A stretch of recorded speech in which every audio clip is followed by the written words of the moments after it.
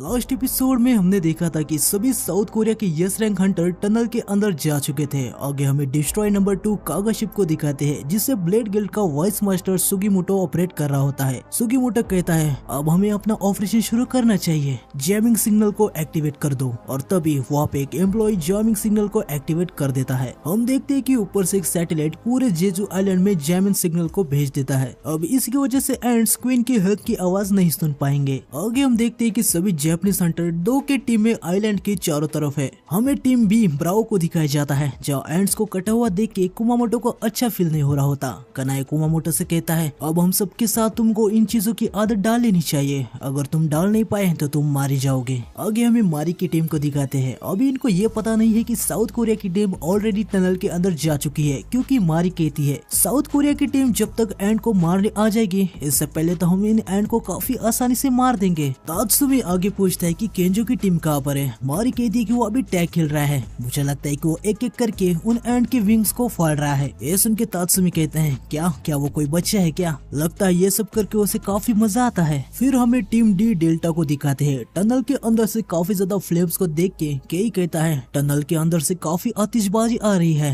इजावा कहता है शायद वो चोई जोंग होगा। आगे हम देखते हैं कि केई ने अपनी आइस वाली पावर का यूज करके काफी सारी एंड्स को जमा कर दिया होता है। आगे केई कहता है मेरी आइस और उसकी फायर, क्या होगा अगर हम दोनों एक दूसरे से भिड़ जाए? ये सुन के इजावा कहता है तो फिर कोल्ड और आइस एक साथ होगा। आगे हमें टनल के अंदर दिखाते हैं जहाँ ये लोग कह रहे होते हैं ये जगह बाइंगनोदाम है, ये कभी अपनी सुंदरता के लिए फेमस हुआ करती थी, पर अब देखो ये एक बेकार लैंड बन के रह गया है। अब ये और कुछ नहीं बस उन एंड की कॉलोनी है। आगे चोई जोंग कहता है मैं अपने फ्लेम प्रिजन को तभी यूज करता हूँ जब मुझे अपने एनिमीज को बांधना होता है, लेकिन अभी मैं इसे एक शील्ड की तरह यूज कर रहा हूँ। ये शील्ड बी रैंक और उससे लो रैंक के एंड्स को अंदर आने से रोक देगी। चलो अब मैं हमारे लिए रास्ता ढूंढता हूँ। आगे हम देखते हैं कि चोई काफी सारे फ्लेम्स के बॉम्ब बनाता है जिससे वो टनल के हर एक कोने में फेंक देता है। फ्लेम्स के बॉल इधर उधर रिफ्लेक्ट हो रहे थे। इसे देख के बेक काफी ज्यादा पैनिक हो जाता है। वो कहता है ये तुम क्या कर रहे हो, ये खतरनाक हो सकता है। चोई उसे कहता है ये जगह किसी लिबरी अर्थ की तरह है, अगर हम किसी गलत जगह में गए तो हम इस फायर बॉल की तरह फिर से इसी जगह पे आते रहेंगे। आगे हम देखते हैं कि चोई को एक ऐसा होल मिल जाता है जिसके अंदर से उसका जो फ्लेम का बॉल होता है ना वो एक्सप्लोड नहीं होता। इससे वो समझ जाता है कि यही रास्ता है। वो सबसे कहता है लगता है यही टनल है जिसको हम लोग ढूंढ रहे हैं। बेग चोई के इस नजारे को देख के काफी ज्यादा हैरान हो जाता है। वो मन में कहता है क्या बात है, चोई जैसा कोई हमारे टीम में होना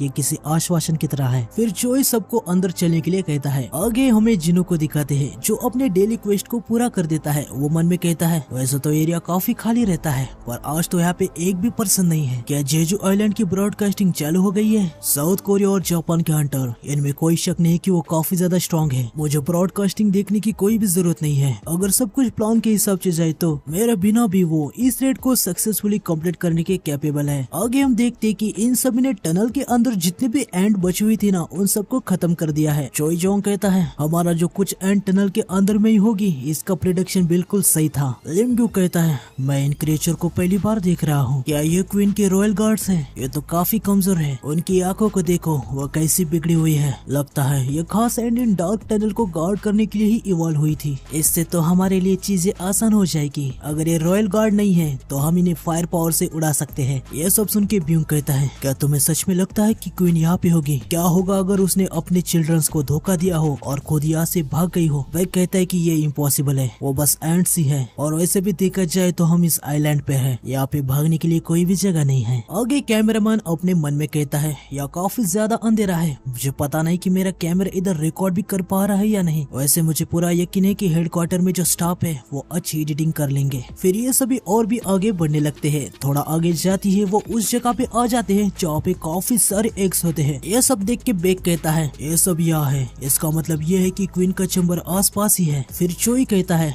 जिन एंड्स को हमने अभी अभी मारा था वो इन एग को प्रोटेक्ट कर रहे थे, इन सब एग को मैं आग लगा दूंगा। तभी चाइन कहती है सभी फूटे हुए एग्स में से वहाँ पे काफी बड़ा एग है, उसे देखो। उसे देख के ब्यूंग कहता है वो एंड का एग हो ही नहीं सकता, आखिर उस फूटे हुए एग में से क्या निकला होगा? क्या कोई रॉयल गार्ड? तभी बेक कहता है हमारा काम है क्वीन को हराना, तो बाकी सब चीजों के बारे में भूल जाओ। फिर बेक मन में कहता है मैं बिंगो को उसके बातों के लिए दोष नहीं दे सकता, और मैं ये भी जानता हूँ कि वो इतना इन चीजों से पीछे क्यों हट रहा है, उसका कारण ये मॉन्स्टर्स है। आगे अकारी केंजो से कहती है केंजो तुम बहुत ही गंदे हो। केंजो कहता है मैंने जितना सोचा था ये एंड उससे भी ज्यादा दिक्कत देने वाली निकली। उन्होंने मुझ पे मिलिट्री टैक्टिक से अटैक किया और बैटल के फॉर्मेशन के टाइम वो उड़ने लगी। मुझे लगता है मैंने 30 को तो मारा है, लेकिन वो मेरे कंधे और कमर पे घाव देने में कामयाब रहे। शिमुजी कहती है क्या तुम चाहते हो कि मैं तुम्हें हील करूं, लेकिन उसके लिए कुछ प्राइस लगेगी। केंजो कहता है अपनी बकवास को बंद करो और जल्दी से मुझे हील करो। लेकिन शिमुजी कहती है पर मुझे तुमसे कुछ चाहिए था,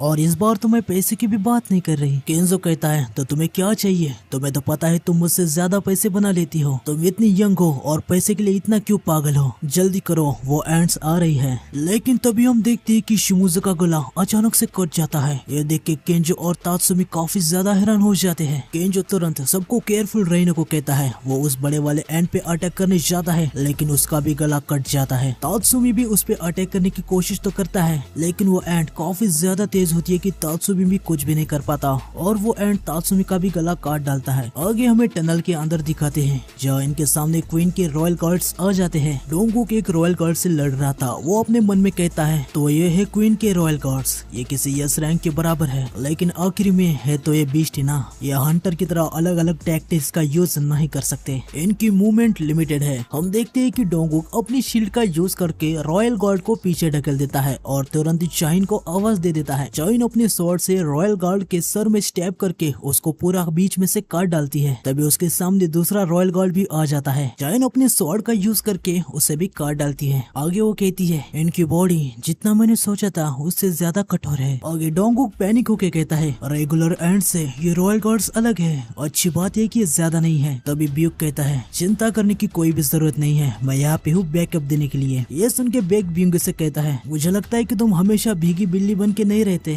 ब्यूंग बेक से कहता है तुम अपनी बात करो, किसी नौसिखी की तरह एक्टिंग करना बंद करो। आगे हम देखते हैं कि ब्यूंग भी अपनी वेंट से उस एक रॉयल गार्ड एंड को मार डालता है। वो कहता है कि क्या तुम भूल गए, अगर तुमने इनका सर भी कुचला हो फिर भी ये कुछ समय के लिए जिंदा रहती है, तुम्हें इनके शरीर को काटना होगा या फिर तुम्हें इन्हें किसी अच्छे कारण के लिए मार डालना होगा। ये सुन के बेक कहता है हाँ तुम सही कह रहे हो, क्वीन के रॉयल गार्ड चैम्बर में है पर क्वीन यहाँ पे नहीं है, पर ये जो गार्ड है ये ओल्ड जनरेशन के लग रहे हैं। ये मेरा गेस है, मुझे लगता है कि ये फर्स्ट जनरेशन के थे इसलिए इन्हें बाहर निकाल दिया है। इसका मतलब ये कि सेकंड जनरेशन की एंड्स कार्ड्स आगे हमारा इंतजार कर रही होगी। आगे बिंगो अपनी मैजिक बुक से स्पेल कास्ट करते हुए कहता है तो अब तुम्हें तैयार रहना चाहिए। हम देखते हैं कि सबकी बॉडी की स्ट्रेंथ बढ़ जाती है, साथ ही उनके सामने काफी सारी एंड्स आ जाती है। डोंगुक कहता है कैसा रहेगा अगर हम सब 10-10 एंड को खत्म करें। ये सुन के बिंगो कहता है मेरे पास बस ए रैंक की कॉम्बैट स्किल्स है, मैं सिर्फ 1 या 2 को ही संभाल पाऊंगा। तभी बेक उसे कहता है तुम्हें सच में लगता है कि हम इतने पागल हैं कि कॉम्बैट के लिए हम किसी हीलर पे निर्भर होंगे? तुमने जो अभी हम सबको पावर अप दिया है वो काफी है, तुम बस पीछे खड़े रहो और देखो हम इन्हें कैसे खत्म करते हैं। आगे हम इजावा और केई को देखते हैं जो भागते हुए टीम चार्ली के पास जा रहे होते हैं। इजावा कहता है मुझे यकीन नहीं हो रहा, हमें जल्दी उनके पास जाना होगा क्योंकि अचानक से उनके साथ हमारा कांटेक्ट लॉस्ट हो गया। आखिर उन लोगों के साथ क्या हुआ? केई कहता है थोड़ा धीरे हो जाओ। आगे वो उस जगह पे आ जाते हैं। इजावा कहता है ये वही जगह है जहाँ वो लोग थे। फिर काफी सारे डेड एंड्स को देख के वो मन में कहता है ये बैटल का सबूत है, इसे देख के लग रहा है कि उन्होंने एंड्स को काफी आसानी से हराया है। आगे कई कहता है आखिर वो लोग गए तो गए कहाँ? तभी इजावा को तात्सुमी का चश्मा दिख जाता है जिसपे खून लगा हुआ था। उसे देख के इजावा काफी ज्यादा शॉक हो जाता है। थोड़ा आगे जाने के बाद उसको उनकी लाश भी दिख जाती है। ये देख के इजावा हद से ज्यादा शॉक हो जाता है, वो काफी ज्यादा ही डर जाता है। वो कहता है नहीं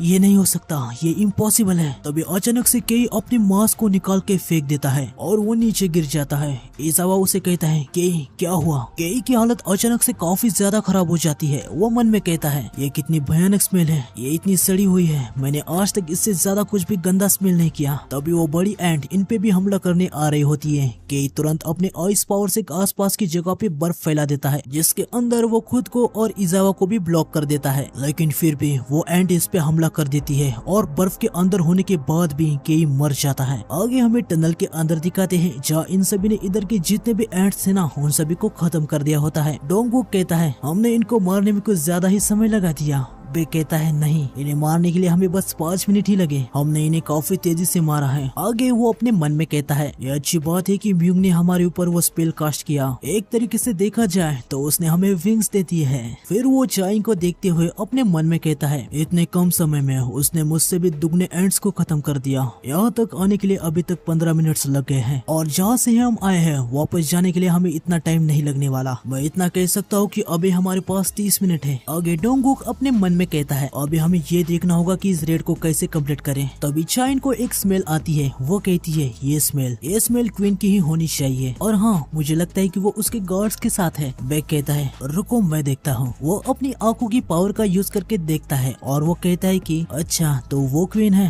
वो तो एकदम पीछे है और उसके सामने उसके 8 गार्ड्स है। सारे रॉयल गार्ड्स एस रैंक जितने स्ट्रॉन्ग लग रहे हैं। अगर मैं डायवर्जन बना के कुछ समय बना लूं तो टीम उन्हें खत्म कर सकती है। डोंगुक चाइन से कहता है मैं क्वीन को देख लेता हूँ, क्या आप गार्ड्स को देख लेंगी? चाइन कहती है हाँ मैं उन्हें देख लूंगी, आप मुझ पे भरोसा कर सकते हो। आगे वो गार्ड से लड़ने अंदर घुस जाते हैं। चोई जोंग अपने फ्लेम के अटैक को तैयार कर देता है। वो कहता है नॉर्मली मुझे खुद पे काबू रखने की जरूरत होती है, लेकिन आज मुझे अपना माना बचाने की कोई जरूरत नहीं है। हम देखते हैं कि चोई एक काफी बड़े फायर अटैक से रॉयल गार्ड पे हमला कर देता है, लेकिन तभी उसके पीछे से भी एक रॉयल गार्ड आ जाता है। लिमग्यू अपने एरो से उसे खत्म कर देता है। लिमग्यू कहता है चिंता करने की कोई भी जरूरत नहीं है, मैं हूँ तुम्हारे पीछे। आगे बेक भी अपने मन में कहता है उसने सही कहा, हमें अभी खुद को काबू करने की कोई भी जरूरत नहीं है, अभी मुझे बीस्ट में बदलने में कोई भी फर्क नहीं पड़ने वाला। आगे हम देखते हैं कि बेक पूरी तरीके से एक बीस्ट में बदल जाता है और वो बदलने के साथ ही एक साथ 2 रॉयल गार्ड्स को काट डालता है। चाइन भी बेक को ऐसा देख के काफी ज्यादा हैरान हो जाती है। वो कहती है तो ये है बेक यूनिक का बीस्ट फॉर्म। आगे हम देखते हैं कि डोंगुक चाइन से कहता है चाइन मैं इन सबको तुम्हारे ऊपर छोड़ रहा हूँ। चाइन तैयार हो जाती है। वो क्वेक ऑफ प्रोवोकेशन का यूज करती है, जिससे वो अपनी स्वॉर्ड को जमीन पे मार के काफी बड़ा एक्सप्लोजन कर देती है। इसके वजह से सारे जो एंट के गार्ड्स होते हैं ना वो इसकी तरफ आ जाते हैं। आगे डोंगुक कहता है उन एंट्स का फॉर्मेशन टूटना चालू हो गया है। फिर वो मन में कहता है